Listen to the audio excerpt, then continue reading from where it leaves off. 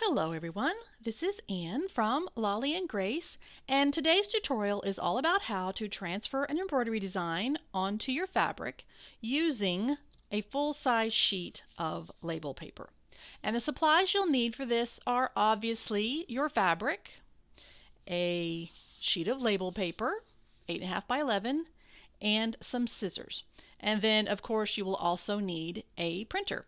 And the printer I use for this is it's an HP DeskJet. I've had it forever. You don't need a fancy printer for this, so you don't have to worry about that. Just a basic home printer will work great. Before we get started into the nitty-gritty about how to do this, let me just say that if you've ever seen any of my other pattern transfer videos, you will have heard me say that how to get the pattern onto the fabric is one of the most common questions or problems that people have, especially as new stitchers. And part of that is because there are several different ways to transfer the pattern onto the fabric, and sometimes, there's a method that I use, the tracing method. I have a full-length video on that, and I use that method 99% of the time. But there are some times when you just want to change it up, or if you don't like to trace, this method works really well. There are a few caveats though. This method is going to only work for designs that fit in a 6-inch hoop or smaller. This is not going to work for an 8-inch, a design you're trying to put into an 8-inch hoop, because the width of the fabric, the width of the paper, the narrowest width is 8.5, and an 8.5-inch wide piece of fabric will not fit in your 8-inch hoop. You need some extra fabric. You need more than 8.5 inches to fit into an 8-inch hoop. So this method works best if you're working in a 6-inch or a 5-inch or a 4-inch or a 3-inch. So that's one thing. And it's not going to work on fabric. Well, the kind of fabric that it works best on is a nice, smooth fabric, and that's not too thick. This is a basic cotton, 100% cotton. This is Kona, and one of my favorite fabrics to use for stitching. And the reason it's not going to work if you try to use a thicker fabric or a fabric that has a lot of texture, say for instance linen. Linen is usually thicker and has sort of sometimes will have a nubby texture. If you have a very smooth, very thin linen that has a nice tight weave on it, it could work. But the reason you're not going to be able to put, say, like I said, like a nubby textured thick linen or like a denim or something, is because this has to run through your printer. And if you've got a super thick fabric with a lot of texture, it's going to get jammed up in your printer, and you don't want to ruin your printer, and the transfer method won't work either. So just keep that in mind while when you are choosing which technique to use to transfer onto your fabric. All right, what I have here is a printed out version of my design. Now you do not technically have to, it's not required to have this because we're not going to use it in the process we're about to do, but it is a good idea to print out one sheet of your design, because this is what it's going to look like on your fabric. So this is a good time to make sure of several things: that your design is centered, that it's not like way up here at the top or over on the side, and that the lines are nice and crisp and clear. And what I have done is this technique will work on different colors of fabric. You don't have to use white. I've done it on dark pink and green and blue, and it does work on darker colors of fabrics. It's not going to work on black fabric because this thin gray line or black line is not going to show up on black fabric. So it has to be a little bit of a lighter fabric, but it does work on other colors other than white. So anyway, printing it out like this will help you determine what the final design is going to look like when you run it through your printer and put it on your fabric.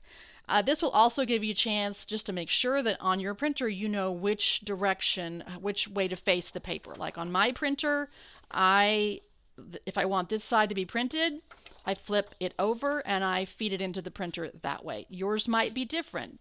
Check it first, but printing this out will tell you, give you a chance to test to make sure you know for sure, because you don't want to put the wrong side of this down. So that's just a couple of reasons that it makes sense to go ahead and do a test print before you start this process. And just one other note. If you have a design that has really thick, black, dark, heavy lines, if you can figure out how to do it, it makes sense to make the lines lighter. If there's like a really dark black, I mean, it'll print just fine on your fabric, but the question is, what do you want to stitch on top of? And I try to make my patterns that have a thin enough line that whichever method you use to transfer, but particularly with this one, that when you print it, it'll be fine. It'll be a nice thin line. And sometimes I will also, you can reduce the opacity in your print program so that it's not at 100% black. In fact, I reduced this one to about 60% opacity. So even though the pattern itself has a black line, when I reduce the opacity of it, it's a little bit grayer. And that helps so that when you are stitching and you're trying to cover these lines with your thread, that you're not trying to cover a really thick black line and it shows underneath your stitching. So that's just the last thing to do before we get going. Now let's get to the actual how-to. I have cut my fabric so that it is slightly larger than 8.5 by 11. So I just put this on here and I just quickly trimmed around it. Doesn't matter, accuracy doesn't matter, just so long as you leave a little bit of extra fabric all around the edge.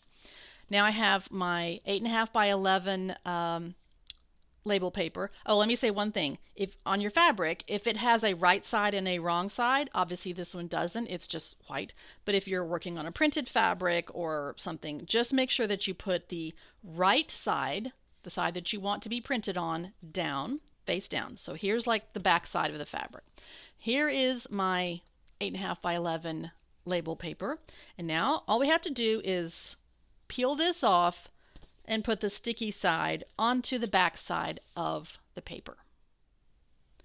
To help make sure that I don't have any wrinkles in my paper when I stick this down, I went ahead and ironed this so that it is really, really smooth. I spritzed it with water and then I ironed it a lot so that there are no wrinkles. If you have wrinkles here, when you stick this on, those wrinkles are going to be captured and it's not going to print very well. So make sure this is really smooth.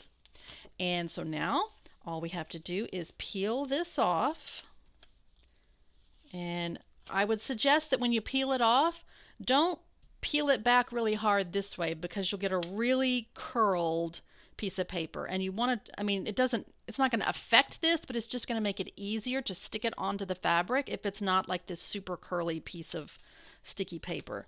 So try. In fact, what you can almost do is flip it over, and then so now I have the paper side up, and I can peel that back like this. So it doesn't matter if that's curly. So now I have my sticky 8.5 by 11 sheet of label paper, and I'm going to flip it over.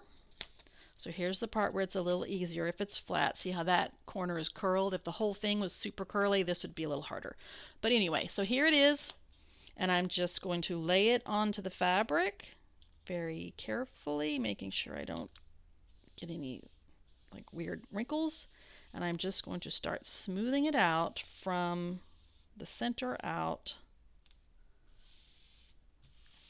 And then make sure it's pressed down really well all the way around.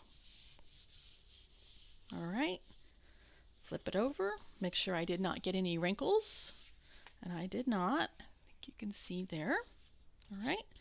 So the next thing to do, now that that has been completely stuck down and is nice and smooth, is to trim off this excess fabric. You can just use your scissors, my trusty Fiskars scissors here. If you have a rotary cutter, you can use a ruler and a rotary cutter and just trim right along the edge of this piece of label paper. Here is the fabric trimmed, all the excess fabric trimmed from around the edge of the label paper. And now is why it's important to know which way to put it into your printer, because you want to make sure you put that the fabric side, or you want to make sure you print on the fabric side, not on the sticker side. So just know which direction, which way to face your paper as you put it through your printer. But all you need to do now is just feed it through your printer and print it just like you would on a regular piece of paper. One quick thing before I go do that. If you're asking yourself, wait a minute, didn't she show us how to do, doesn't she already have another video about this? I thought I saw her do something like this. I do. I have a much older video that is this, basically this same method, but using freezer paper. And it is essentially the same technique. And it's a much older video, so I apologize in advance for the quality. If you happen to go look at that one, I really need to reshoot that one. But you're really basically doing the same thing.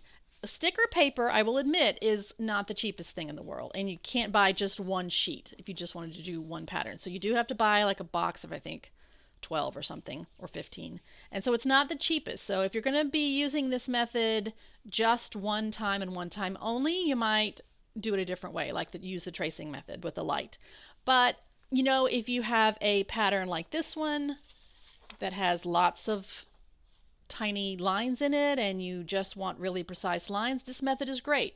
But if you want to use the freezer paper method, that works great too. Freezer paper is cheaper. You do have to buy a roll of it, but it is cheaper, particularly per pattern, and it works essentially the same. You're just ironing the wax, the shiny side of the freezer paper onto the back of the fabric and then feeding it through your printer, and then you just peel it off because it has a very light stickiness to it. So it's basically the same thing, but this is really secure. It's super simple because this, you don't have to iron this, and it sticks really well to the fabric. So anyway, that's just a note about the other video about transferring onto using freezer paper. And here is what it looks like when it's all printed. There are nice, clean, clear lines for me to see. Just took a second for it to run through the printer, which is another reason this method is so nice. It's really quick. Tracing takes a lot longer and is much more tedious, and so this is very accurate. And the only thing that did happen is that when my printer pulled it through, like I said, my printer's older and sometimes has a mind of its own. When it pulled it through, it grabbed it at kind of at an angle. So the only thing that happened because of that is that on this side I have a little bit less fabric between the edge of the design and the edge of the fabric than I do on this side. But that's fine. Even when I put the hoop on it like that, you can see I'll still have plenty of fabric over here to stretch my fabric around the hoop. And so there's only one thing left to do. All you need to do is to peel away the fabric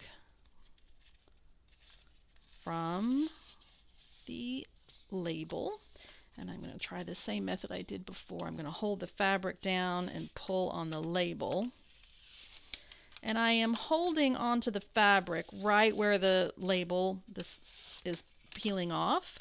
And I don't want to just rip it because, this fabric's pretty sturdy, but I don't want to just abuse that fabric and maybe pull it out of alignment or rip a hole in it. I mean, I doubt that's going to happen, but I'm just going to carefully,